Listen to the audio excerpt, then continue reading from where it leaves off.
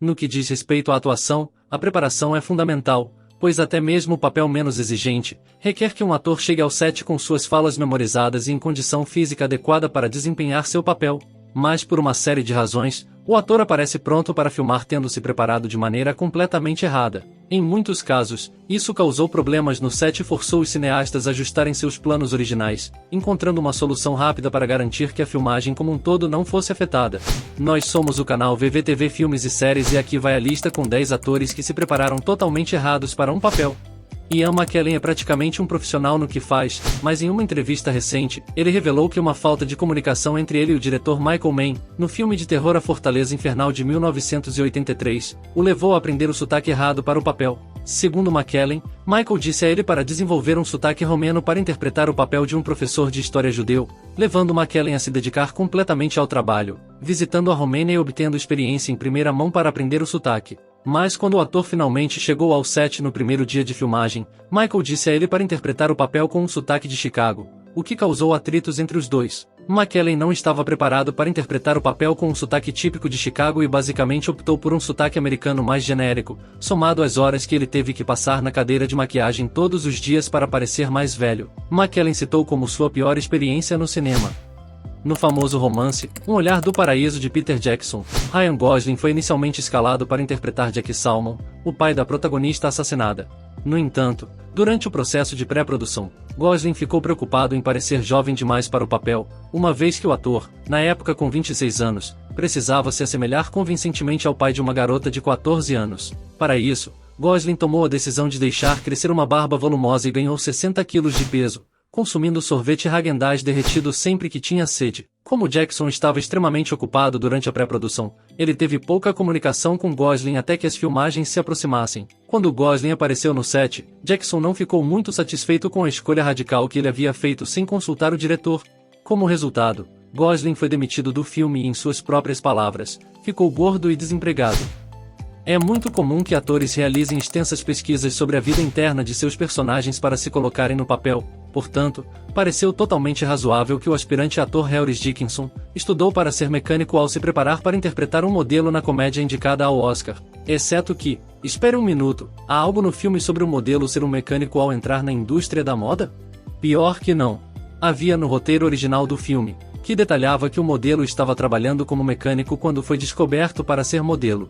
Portanto, Dickinson fez muita pesquisa sobre carros e os serviços de um mecânico, apenas para chegar ao set e ser informado de que esse aspecto do personagem havia sido retirado do roteiro durante as revisões. Pelo menos agora, se o carro de Dickinson tiver algum problema, não vai mais ser preciso levar em um mecânico. Na comédia romântica de 1997, Um Conto Quase de Fadas, a atriz Fran Drescher interpretou Joy Miller, uma esteticista de Nova York que é confundida com uma professora de ciências por um ditador do leste europeu. Para vender mais convincentemente essa ideia absurda, Drescher decidiu abandonar seu característico sotaque nasal, indo até mesmo ao trabalho de fazer aulas de fono para suavizar sua qualidade nasal natural e parecer menos irritante, por assim dizer. Mas quando Drescher chegou ao set com um novo tom vocal, os produtores ficaram surpresos e insistiram que ela jogasse fora todo o treinamento vocal. Acontece que os cineastas a escalaram para o papel justamente por causa de seu sotaque distinto, pois sentiam que isso aumentaria o elemento de choque cultural da história boba.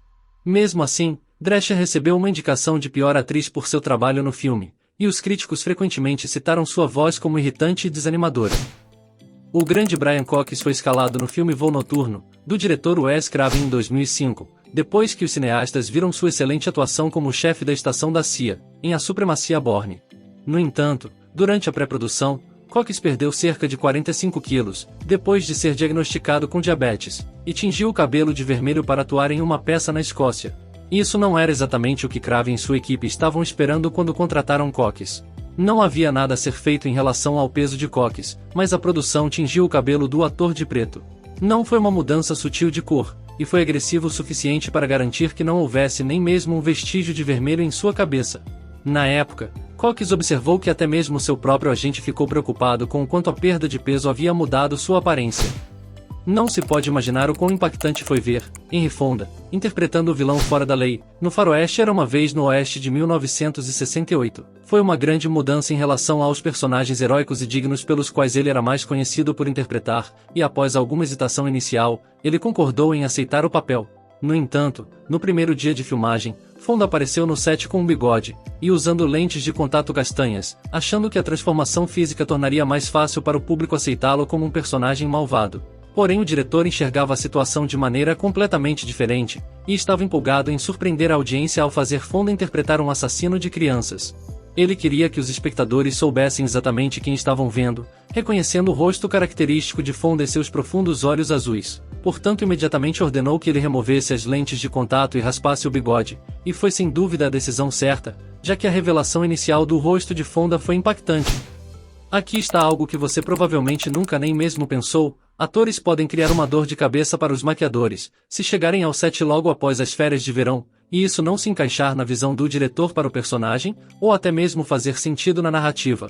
O caso em questão foi o filme O Conde Drácula de 1970. Anushka Hempel foi escalada para interpretar a vampira. O papel exigia que Hempel tivesse a pele pálida, afinal, ela era uma vampira. Portanto, o maquiador ficou um pouquinho aborrecido quando ela apareceu no set exibindo um bronzeado recente das suas férias. Embora evidentemente tenha feito o seu melhor para aplicar maquiagem no rosto e no corpo de Hempel, para dar a ela um tom mais pálido, não há como negar seu bronzeado muito óbvio ao longo do filme, especialmente em comparação com a aparência pálida e desgastada de Christopher Lee, o Conde Drácula. E para você que curte essas curiosidades no mundo de filmes e séries, não esqueça de deixar o seu like e se inscrever no canal.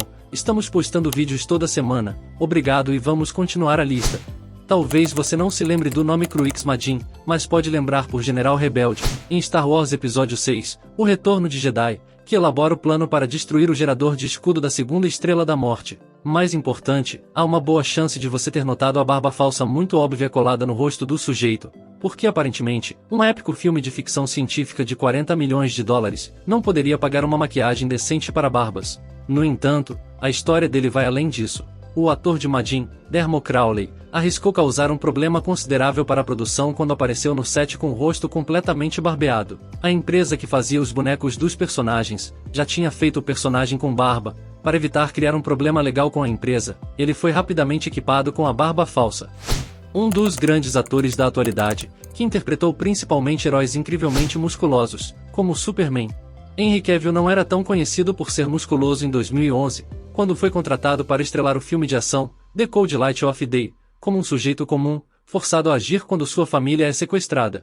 No entanto, Cavill havia acabado de terminar as filmagens do filme de ação e fantasia Imortais, no qual interpretou o herói grego extremamente musculoso chamado Teseu. Quando ele chegou ao set para filmar seu novo filme, ainda mantinha grande parte daquela forma física. O diretor prontamente informou Cavill que sua aparência estava completamente errada para um personagem que deveria ser um homem comum, e que ele precisava perder o máximo possível de sua massa muscular. Nos dias que antecederam as filmagens, Cavill aparentemente conseguiu isso, comendo e bebendo o que quisesse, e sem fazer exercícios. O resultado final não é muito convincente, mas sinceramente nada neste filme é convincente, então ele não deveria se sentir tão mal. Esta é um pouco menos problemática do que a maioria nesta lista, embora ainda mostre um ator tomando uma decisão sobre a aparência de seu personagem sem consultar ninguém. Para o drama de 1998, Em Corações Apaixonados, Ryan Phillippe decidiu tingir o cabelo de azul e não comunicou essa decisão a ninguém. Ele simplesmente decidiu aparecer no set exibindo o cabelo tingido, surpreendendo o elenco e a equipe. Incrivelmente, o diretor acabou gostando do visual, e achou que combinava com o personagem, então permitiu que o ator mantivesse o cabelo azul. Vale ressaltar que a também protagonista, Angelina Jolie, também tingiu o cabelo, porém de vermelho. Os comentários online variam quanto à motivação por trás da mudança radical na cor de ambos protagonistas. De qualquer forma, a mudança de cor inesperada torna esse filme um pouco mais memorável.